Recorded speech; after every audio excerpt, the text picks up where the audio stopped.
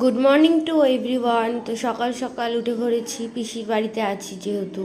তো সকাল সকাল উঠে আমি বাইরে চলে এসেছিলাম। বাইরে এসে দেখি ওয়েদারটা জাস্ট ওয়াও, দেখো পুরো মেঘলা হয়ে আছে আকাশটা।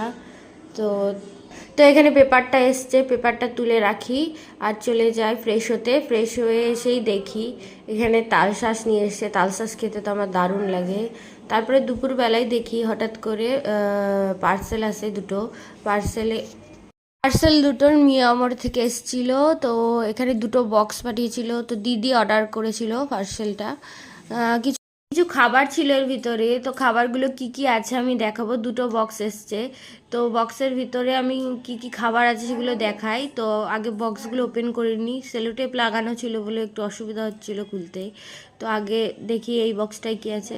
এখানে রয়েছে দুটো প্যাটিস, তিনটে মিনি বার্গার আর